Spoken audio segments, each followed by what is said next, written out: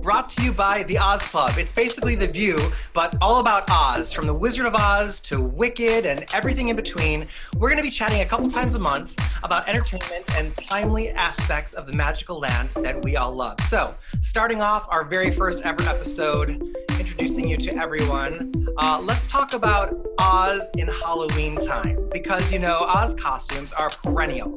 We always see the Dorothys, the Tin Mans, and the Totos, and the Cowardly Lions, right?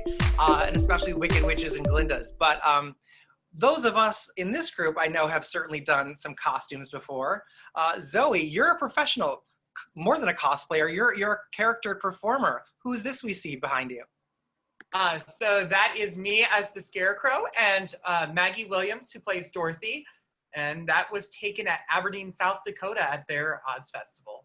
It's actually Storybook Festival now. It used to be an Oz Festival. Did you start dressing as Oz characters before you started performing? Yes. So probably, I think my earliest Oz costume. So I'm trying to think if we want to count this, but the very first time I ever dressed up was when I was a kid. My grandma got me a little play broomstick, and I had a witch hat, and I would just run around with this witch hat and this broom like every day. But my first official Oz Halloween costume was Scarecrow when I was 5, and I just kind of kept coming back to it, and then festivals gave me the opportunity to dress up for fun, and then that's actually how someone finally said, you know what, you're always in this costume. Why don't you just show up and work? And I'm like, okay. And you do, obviously, you founded and travel and do Spirit of Oz. So in addition to Scarecrow, you also do this bad lady, the Wicked Witch of the West. It's true. We're very much a multifaceted team. We kind of play musical roles where we need to, and this was one particular time where we didn't have a Wicked Witch, but I had an understudy for Scarecrow, so I jumped into the green, grabbed the hat, and it was a lot of fun to be evil. And when did you do Elphaba? So that was Halloween of 2010. That was my sophomore year of college, and that is the first thing I had ever sewn. And you know, now I sew quite a bit, but I just said, you know what? Here's some fabric. Let's go. And I think it turned out okay. Amazing. Yeah, that's incredible. Tori, you've done quite a few. I've seen you in several different Dorothy looks from different Dorothy films, but this one's the classic. Tell us about this one. So this was actually, similarly to Zoe, I actually am a party performer, and I perform as Disney princesses at birthday parties, Make-A-Wish Foundation events. And one of my friends called me up and said, do you know anybody who could do Dorothy for a birthday party? And I was like, well, yes, I do. So I donned the pigtails and did this 3-year-old's birthday party, and it was just amazing. Their family was incredible. Everybody in the room got dressed up, and we had an amazing time. And one of the things that I like to do when I go to birthday parties is, you know, interact and stay in character the whole time. Obviously, much like Zoe, I'm sure you do the same thing. We never break character, and sing with the families, and it's just such a good time. We had a great time. That's really awesome. I also did a little bit of cosplay. I had a big premiere party once for Oz the Great and Powerful and did my James Franco as the wizard impression. And also I've done the Scarecrow, but I could nowhere near get as close to as nice as Zoe does it. So I can't even spend the time looking for a picture. Garrett, Julius, have you guys ever done a Wizard of Oz costume? Not recent memory, but I think it was like a long time ago though. So I mean, I've only done it one time, one Halloween. I was the wizard. So that was like the only time. I mostly does like superhero, like kind of like Wolverine, Captain America, occasionally Power Rangers, and sometimes original designs. I would ask a friend of mine to kind of like do like special effects makeup, so and kind of look all ghoulish and everything like that. Oh, that's cool. You'll have to look for the wizard picture. What about Garrett? I actually haven't. Halloween usually at work either has to be something that I'm theming with my department, or like when I worked at Starbucks, it had to be something that I could move around in very easily. So I generally don't get to go super fancy with what I do. I did Boy George last year, and that almost killed me with what little bit is required for that. So I don't get to dress up as much as I would like to. So That's awesome. no Oz for me, unfortunately. Well, everybody, anybody that's watching, if you've ever done a Wizard of Oz costume, let us know. Leave a comment, send us a photo on Facebook, and let us know. Let us see what your Oz costumes are, and maybe in an upcoming episode, we'll show them for fun. But one of the most inspirational things, I think, coming from the Wizard of Oz is Margaret Hamilton as the Wicked Witch of the West, and how iconic she is as the Wicked Witch. I think prior to this depiction in 1939, Wicked Witches really didn't even appear as green. What do you guys think about old Maggie? Well, witches classically have been the subversion of the feminines. So, you know, using the broomstick to fly instead of sweep the floor. And she's this intimidating and overwhelming feminine presence, powerful, which, you know, it historically has been a threat. So Margaret Hamilton took that and ran with it. And she actually said herself that what she identified most with as the witch was she was just a character who never got what she wanted.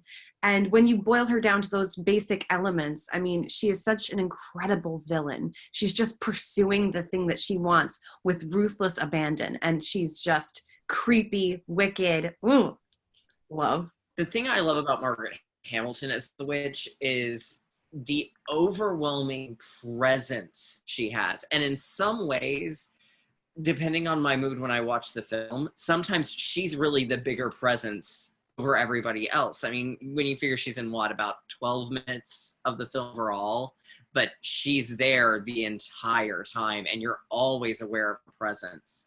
And I think that's part of what makes her so good, is that she is it's sort of like Hannibal Lecter in Silence of the Lambs. He's barely in the film. You are very aware he is there that entire time. And it's the same sort of thing. And I think for me, that's what makes it so iconic and so powerful, is just how much you thinking about her. So true. Intimidating, to say the least, is about her, Maggie. I mean, she played it very, very well. I mean, I watched The Wizard of Oz when I was a little kid, and I can remember when she first popped in, when Dorothy first arrived at Oz in Munchkinland, just to see her, just like, I just had to take a double take, and I kind of like ran back behind the couch because I was like, that's how intimidating she was, though. So, and kind of like how Garrett said, though, so she just has this overwhelming presence throughout the film. You only see her rare times, but she's there. She's constant force in Oz. So. And Zoe, you played the Wicked Witch of the West, so I know you're not in costume right now, but can you give us your best Wicked Witch cackle? Oh boy. Okay. You gotta get into it. You can't just go right into the cackle call. So I'll get you, my pretty, and your little dog too. Exactly. Great. Thank you. I mean, no Kurt Raymond, but I try my best, and I'm losing my voice a little, so that was a little. No, that was spectacular. What does it take to channel that character? You know, you've just got to have. It's like Tori mentioned, like what Maggie said. It was so much about she never got what she wanted. You know, she wants to conquer Oz. I think that's her number one goal, and she needs the slippers to do it. She's lost her sister, so she's lost her biggest ally probably, or maybe foil. We don't really know what their relationship was like, but you've got to throw yourself into it. You've got to believe that you are absolutely right. You have got to think that Dorothy is in the wrong. That's the headspace you've got to get into. And if that means everybody hates you, that's the price you pay for being the Wicked Witch. It's so true. I love the Wicked Witch. Build-A-Bear just came out with this Wicked Witch of the West doll that actually honors Margaret Hamilton. She appears. Talk about licensing. She appears right on the paw. And so, Tori, you're a big collector. Do you have a favorite Wicked Witch of the West collectible? my gosh, yes. My absolute favorite would have to be the Margaret Hamilton signature doll. I think it was made in 1982. They produced a couple hundred of these dolls that looked like Margaret Hamilton at that time. So it was aged up. There was no green makeup. And she was kind enough to sign each one and she donated one of her dresses to be used as the sash on the hat. And it's just beautiful. I love it. A lot of people at first saw it in childhood walked away saying they were either afraid more of the monkeys or the witch. That's one thing I always like to ask people because it's usually one or the other, right? Julius, which scared you the most? Can I say both? I mean, like what we just said about the witch, but the monkeys, I mean, you go to a zoo and then you see the monkeys kind of all playing around there. You don't normally envision them seeing like with wings on their back flying, attempting to kill you. So that kind of was like intimidating for me. And I was thinking, okay, I see the scarecrow getting ripped a limb from limb. And then I'm thinking, okay, I do not want to see a flying monkey in my neighborhood either. If I do see one, I'm going the other way. So true, so true. You know what's funny is as a kid, I was not afraid of either one. I loved all things spooky. I wanted to be the Wicked Witch. I thought the monkeys were cute. Funny story, I was afraid of the Munchkins. When I was a kid, we had to fast forward Munchkin Land until I was like 5. Really? Because I think it was that uncanny valley. They were short. They looked like they were made out of plastic, and they had the high pitched voices. Like I know I know that's terrible, but it's so funny. It's one of those cases where the monkey wasn't supposed to be human, and neither was the Wicked Witch, but because the Munchkins were kind of human but kind of not, there's a little. Kind of like Zoe, I never had a problem with The Witch of the Monkeys. My mom started me we do as a little kid, so to me it was, oh, I know this is a person in a mask. This isn't real. What got me was when I was about 6 or 7 and I saw The Wiz and that subway scene when the subway columns come to life. That's what completely undid me. And even as an adult, when I'm in the city, I can't get near a subway column. I know it's not going to come alive. I know it's not going to pin me, but I don't want to give it the option. It wasn't the subway columns that freaked me out, but in that movie too, there were those like bouncy. Yes, that whole sequence is terrifying. Those like, accordion bouncy type people that grow. That to this day creeps me out. Tori, you're gonna say. Again, just like Zoe and Garrett, the Wicked Witch of the West and the Flying Monkeys did not scare me at all. Same. Actually, thinking back, I cannot think of a single adaptation that really frightened me. I think the closest thing that gave me the heebie-jeebies would be the Wheelers from Return to Oz in 1985. But even then, I was when they open their mouths and say, "Come here, chicken," like. Absolutely. The Wizard of Oz Club, the International Wizard of Oz Club, which sponsors us, is doing a Halloween Zoom party. So it's going to be very interactive. It's free. Everybody can join. It's going to be Friday, October 30th at 8 p.m. Central, 9 p.m. Eastern, so that would be 6 p.m. West Coast. And there's going to be a lot of fun things to do there. We're all going to be there, and anybody that's watching that wants to join in, definitely check it out. It's all free and all over Zoom, and we'll all be interacting together. What are some of the things they're going to have? They're going to have recipes and costumes and what else? I've heard rumors that there's going to be a live performance. Now, actually, I won't be there, but a certain green person will be making a special appearance. So if you're a fan of a certain wicked lady, you might want to drop in to say hi to her. She's going to be live on the feed. That's a reason to tune in, because the Spirit of Oz is so fantastic, and it's really thrilling seeing you perform at all the big Oz events that you guys travel to around the country. And so for anyone that's never been or that hasn't been able to make it when things were open, now they can come see you perform live. So I'm really, really excited for that. It's really exciting. I'm glad that the Oz Club is doing these things to bring people together when normally we can't because of COVID. So it's gonna be a fun time. Mm-hmm, absolutely.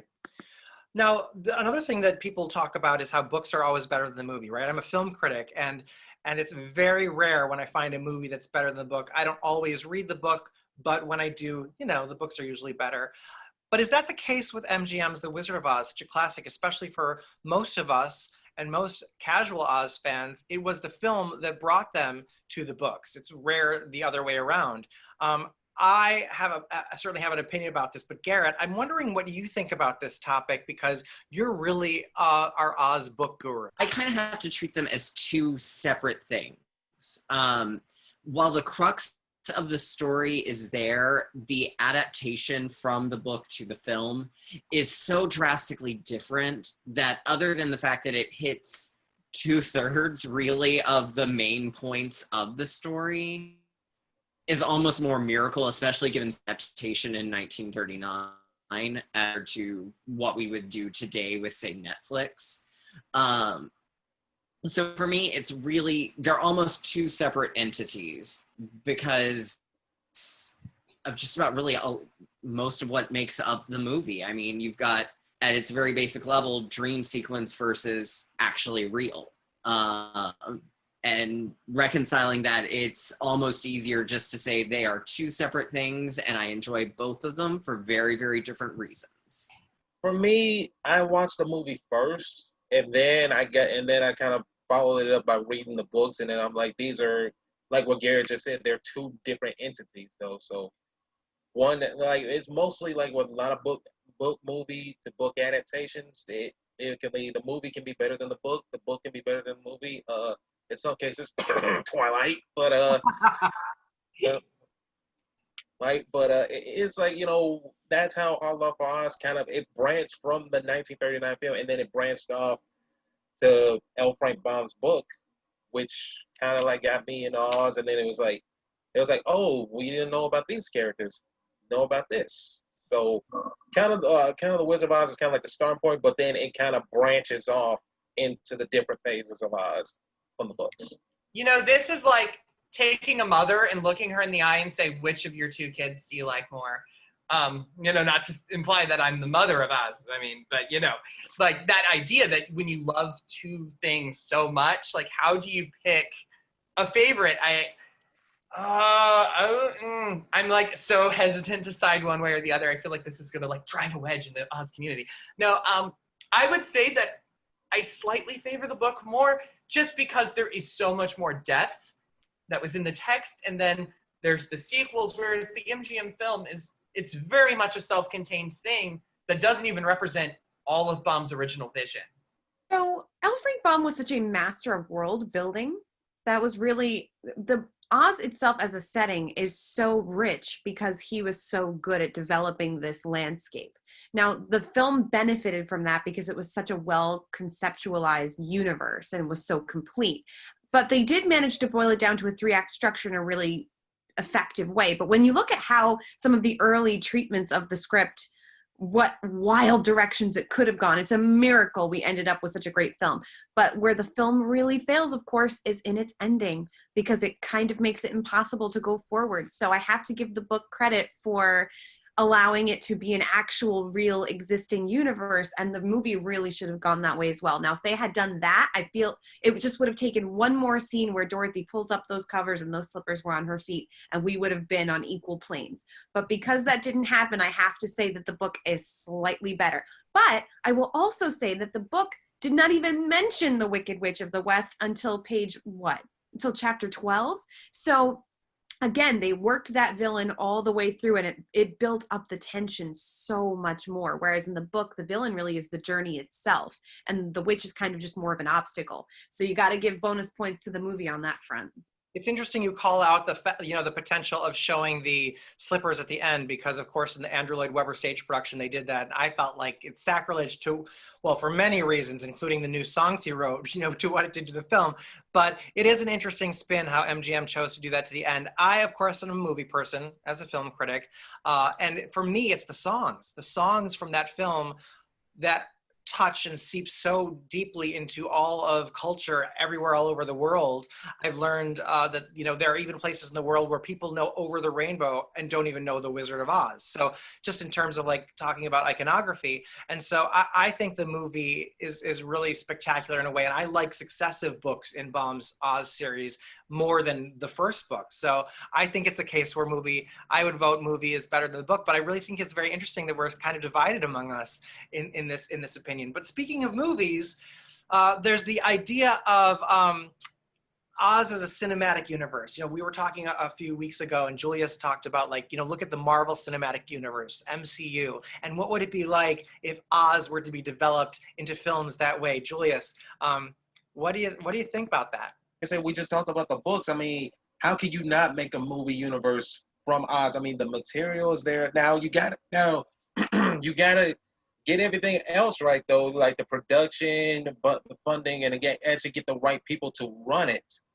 and actually run it properly though, because like let's say if you give it to like somebody that, well, pretty much like giving somebody the ruby slippers and not knowing what to do with them, that's one thing. But I think like if Warner Brothers actually gets like their stuff together, sorry Warner, I love you though, but I gotta call you out on this one. If you can get it all together and then make like a book universe, because like somehow incorporate Return to Oz into this thing, and then just build like a movie, like let's say like do a movie off the book maybe like once every 3 years, like every 3 years do like a book, and then have like one big movie where it's like all the phases of us kind of come together for like one big event, like for the anniversary or something like that. So, but I'm just thinking it's missed opportunities though, but yet the standalone film, The Wizard of Oz, will stand alone as itself. But I'm just saying there's more potential to be there. I think that there is a huge amount of material out there in Baum and in Thompson and Snow and Neal and the subsequent authors, that there's plenty of room for it. The big challenge that's going to be is to overcome the zeitgeist of the MGM film. And we're seeing it sort of crack and crumble here and there. And I think one of the things Warner Brothers really tapped into was with that Dorothy and the Wizard of Oz animated series that's been on Boomerang, and I think now is on Cartoon Network. And we all thought was canceled, and then suddenly 8 new episodes dropped. So I'm not really entirely sure what's going on with it.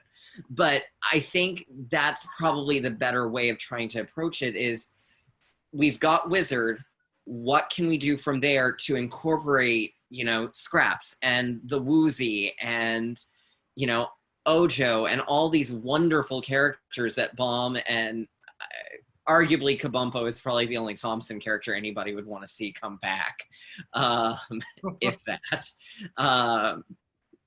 So you've got plenty of opportunity. I think it's a combination of finding the right medium, and I think animation is probably one of the better ones there, because then you don't have to worry about, well, what do we do when Dorothy, who is supposed to be ageless after a certain point, is a real human being who continues to age. So I think an animated medium is really the way to go with that. That's an and I think it has great potential. It's just a matter of them taking advantage and marketing and merchandising the heck out of it. Because really, at the end of the day, a lot of what the MCU, to someone who's not a big fan of it, it comes off as merchandising. What can we merchandise to sell to get people coming back to these? Well, the movies are really good. They are very good. Tori, what would you want to see in a Wizard of Oz cinematic universe? I agree that animation is a really fantastic medium for Oz, because it just allows for so much imaginative play without really being hindered by the appearances of the actors, as well as budgets and special effects, which always appear outdated after a short amount of time. You know, it's been attempted so many times, and it seems to always just fall a little bit short. And I don't know.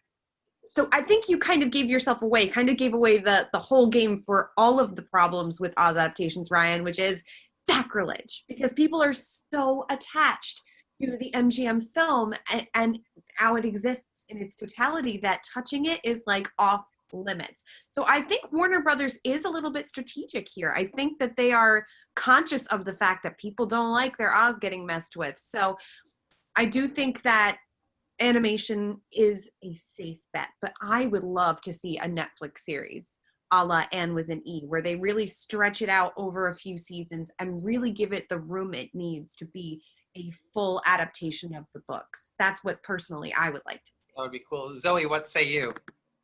I think Garrett hit a lot of the points that I was thinking of. So to abridge mine a little bit, I think one of the things you'd have to do, because film and book are such different media, you're really going to have to cut a little. And I know that's a big thing, like a lot of book purists hate that the MGM film cut segments of the novel. But when you look at a series that's 14 books, 40 if you count all the subsequent authors, it's too much. So you'd have to almost do what the MCU did, where they didn't directly adapt all these comics. They took the essence, they took things that they liked from certain comic books and then merged it into a series of pre-plotted films. So I think Oz would almost have to do the same thing, because Emerald City, if you put everything that's in the Emerald City of Oz onto film, it's going to feel like a disjointed movie. It's going to feel like 10 short films in one, just because Baum wanted to. I think Baum was using every idea he had for Oz because he was trying to end it. So I think you'd have to bridge a lot, and you'd have to bridge some gaps by creating some new material, which then goes back to, as Tori said, sacrilege, then our book fans are upset. Yeah, animation's a really interesting idea. Because I think part of the problem cinematically, and even if we see it on TV or in film, a lot of the live action that they attempt, they go darker. They justify with like aging or making edgier something like the concept of Oz, making Dorothy older, making everything a little bit sootier, kind of cutting it with Lord of the Rings style. And I think that's a big mistake. I think go for the youth and the innocence. They can be family films. They can be colorful. They can be saccharine sweet at times, and let the evil speak for itself that's there. And I think that would still play even to a modern crowd much better than a lot of the darker justifications that we've seen. I loved the bright colors in Oz the Great and Powerful, and would still like to see a sequel to that movie. But any other thoughts on this topic, anybody? Well, I think in terms of sequels, this is where the Wicked Witch of the West being the main focus in terms of the dark side of Oz comes back to bite it in the butt, because she was so iconic. It's really hard to follow that up with a villain that matches her and that is as threatening to the main characters and is as much of an obstacle. So now the instinct, I think, for filmmakers is, okay, we're not going to reach this pinnacle of perfection as the MGM film. So how do we separate our project? So the instinct is to go darker and to separate itself from the original and really be like, this is its own thing. Don't look over here. Right. It is interesting. And also, Wicked, the film, at some point is going to hit. And then also Daniel Page's Dorothy Must Die series in development. So we still might see some new interpretations. It's just really interesting that with the wealth of 14 novels by Baum, none were adapted other than, fine, if MGM and Warner Brothers doesn't want to touch The Wizard of Oz, there's no reason. I mean, after Return to Oz and Oz the Great and Powerful being a prequel, why couldn't they take any one of Baum's books and just as a standalone film, make it, right? Does anybody agree? Well, what I think the problem there is, though, is Return to Oz was not a hit. And while Oz the Great and Powerful did make back its budget, it wasn't really overly well liked. So movie studios are looking at that going, okay, Disney's done it twice and not had a runaway hit either time. We don't want to touch this. This is not a viable money-making venture, because let's face it, at the end of the day, that's what it is about making the money. And, you also had the unfortunate Legends of Oz that didn't do well at the box office, I think partially because of timing with Oz the Great and Powerful. And I think that movie studios just don't want to go there for that reason. And it's like Tori said, you've got the MGM film, you've got the height of things with The Wicked Witch. And I think Return to Oz really matches that with Nicol Williamson's brilliant performance as the Gnome King and Jean March as Mombi. But the film didn't do well. So yeah, that was sort of ahead of its time, but that's Return to Oz is another topic for another show. I think it also would be really interesting to see Wicked on Broadway have a sequel. Annie had a sequel on Broadway. Phantom of the Opera had a sequel. Of course, none of them really did well, but maybe Wicked could be the first one to, reteam and do a Son of the Witch adaptation, right? Would anybody else appreciate that? I think Son of a Witch, I thought about that before. I'm like, it would be neat to see Son of a Witch adapted, but the problem is because of the way they've changed the ending of Wicked, and I'm going to try not to spoil it for anyone, they've changed the ending, which makes Son of a Witch a lot of points of that story null. Like, I can't say it without spoiling it, but, so I guess spoiler alert. In the novel, Elphaba's dead, which sets up the continuation with her son Lear. But when you look at the Broadway show where she lives and it's a quasi-happy ending, it's kind of like, well, what's Lear doing? He doesn't have this heritage to try and reclaim like he does in the book. Mhm. One, he doesn't exist in the Wicked universe on stage. No. I mean, you could, because, spoiler alert, Figaro's still alive. Yeah, but he's also not a human anymore, and I'm not sure that. No, but we don't know that she's not pregnant in the end. That's a whole Okay. conspiracy theory.